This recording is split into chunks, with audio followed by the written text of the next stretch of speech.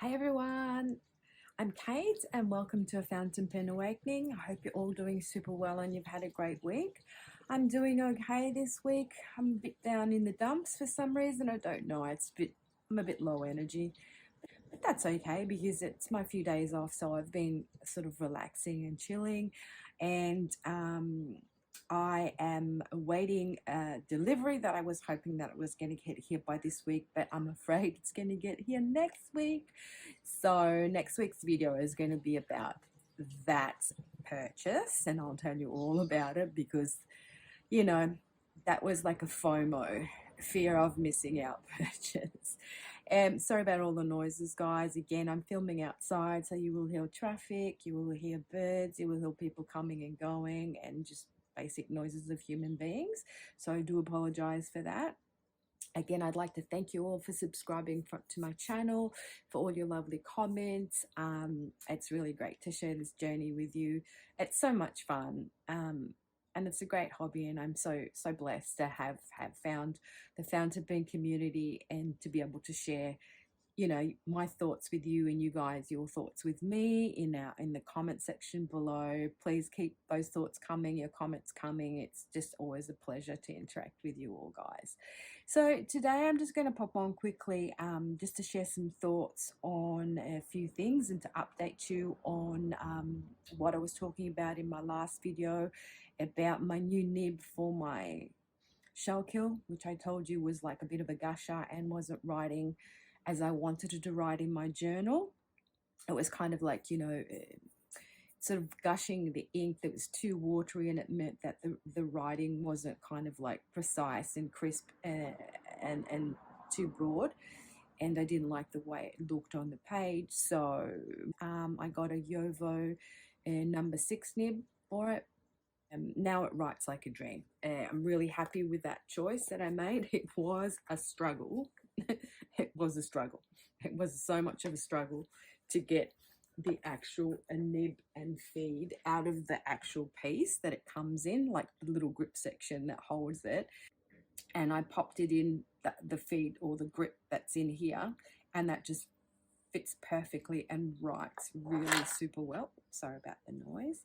Now, I pronounce it Schuylkill. Some people pronounce this Skullkill. So I've discovered that it's actually the name of a river somewhere in America, which I didn't know. I thought it was kind of some sort of like Viking name for it. The Narwhal. It used to be Narwhal, and now it's Valar, I think. Anyway, they've changed kind of the names. So this is the Schuylkill Cronus teal because of the color of it, and I did get it in the stub. They do the their own in-house nib, and I did go and see a few reviews on them, and a lot of sort of people were saying that it wasn't quite the best writer. It was a bit of a gusher. It wasn't like a precise sort of writing nib, and a lot of people did swap them out, and now I'm super happy with how it writes. The new nib I've got, this is a size 6 nib, and it is I think you pronounce it Yovo, number 6 Yovo nib 1.1, German made nib, which is and it just, I'm really happy with how it writes. It's just beautiful. And also I've got it inked with my ink crush, which is, I just received this the other day. It's the Burgundy Rose from Diamine, and it's just, you know, beautiful. So super happy with that. It's writing super well. Now I can use it to journal with, because that's the whole idea, you know, this pen to match my little journal here, and now it can actually live in here and it's all kosher. Now, the other thing I wanted to share with you, remember how I told you about Goldie, how I damaged the nib, the stub nib on it, or the stub nib, they call it a calligraphy medium nib, and Pilot doesn't sell them separately. So I ordered Lizard, but I liked Lizard so much that I had to order a third Metropolitan pen just to get the nib. So I just got a normal black one. And so now Goldie's up and running, and Goldie zigzag, because obviously on the barrel this little pattern's called the zigzag, and this one's called Lizard because the pattern is kind of like a lizard skin, I guess. So they're both happy now, and I've got my other favorite ink in here, which is the Robert Oster Avocado. I really love this ink. It's kind of like a sagey green, so that works really well. And then I have put my Herbin ink in here, the other favourite ink, which is the Rouille D'Ancre, or rusty anchor, and it's kind of this dusky pink or antique pink, and I kind of love the colour combination of these two together. So super happy with that. And then I think I found the perfect colour for my TWSBI. Again, it's a Robert Oster ink, which just arrived obviously the other day with my Pilot Metropolitan, and I got the sample of the Burgundy rose and this to try out, and I absolutely love this color. It is so beautiful, and it's called the Viola, and I just think it pairs beautiful in my TWSBI, and it just really goes really well with my other inks, because obviously I want to find the perfect ink for my pens, and also to go in my journal as well.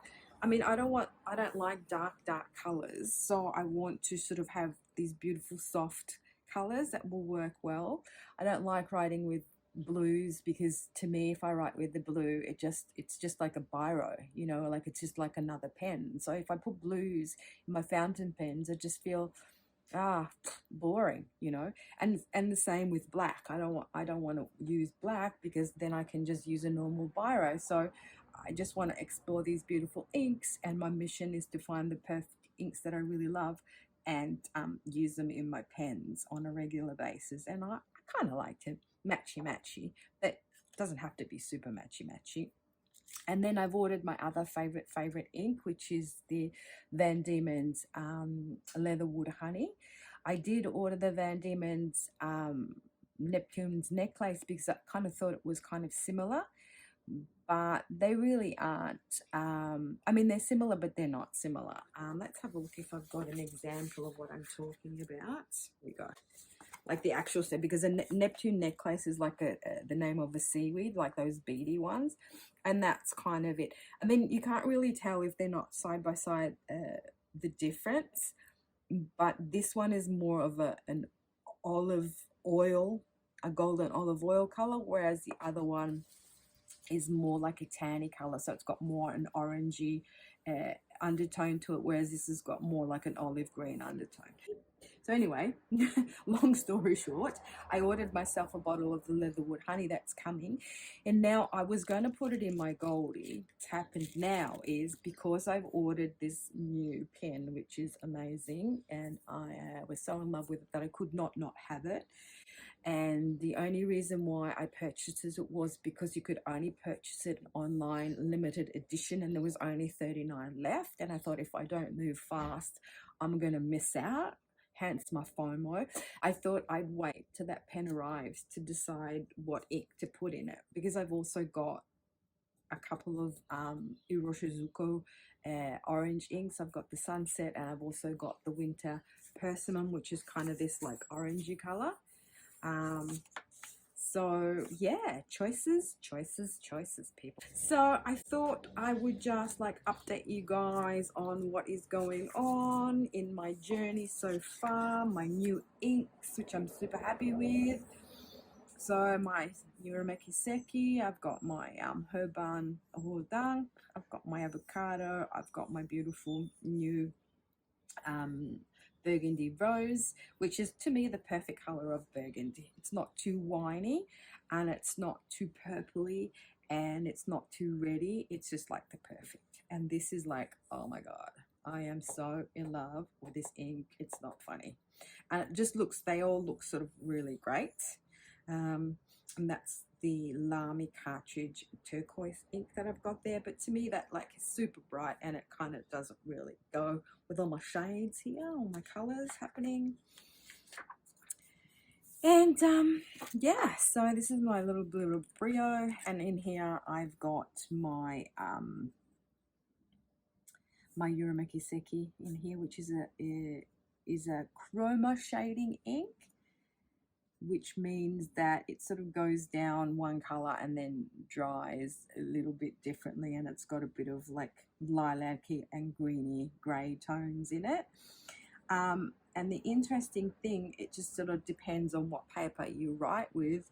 The lilac comes through a bit more in some on some papers than in others.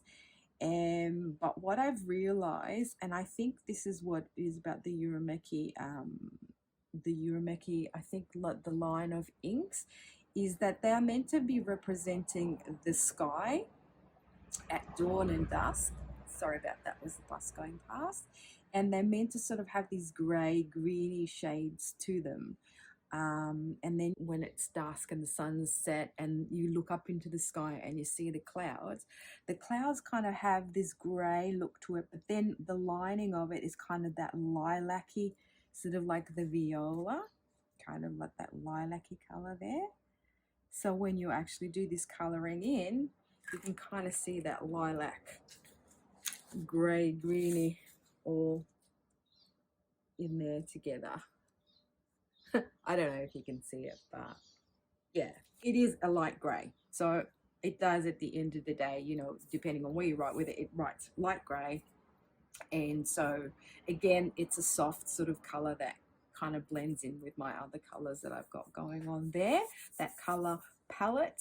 And yeah, so I'm really happy with that, and looking forward to sharing with you the unboxing of my new pen next Thursday. And until then, guys, thank you so much for watching. I hope you have a great rest of the week, and obviously your weekend's coming up. My weekend's finishing, and I'll see you all next week. Ciao belli.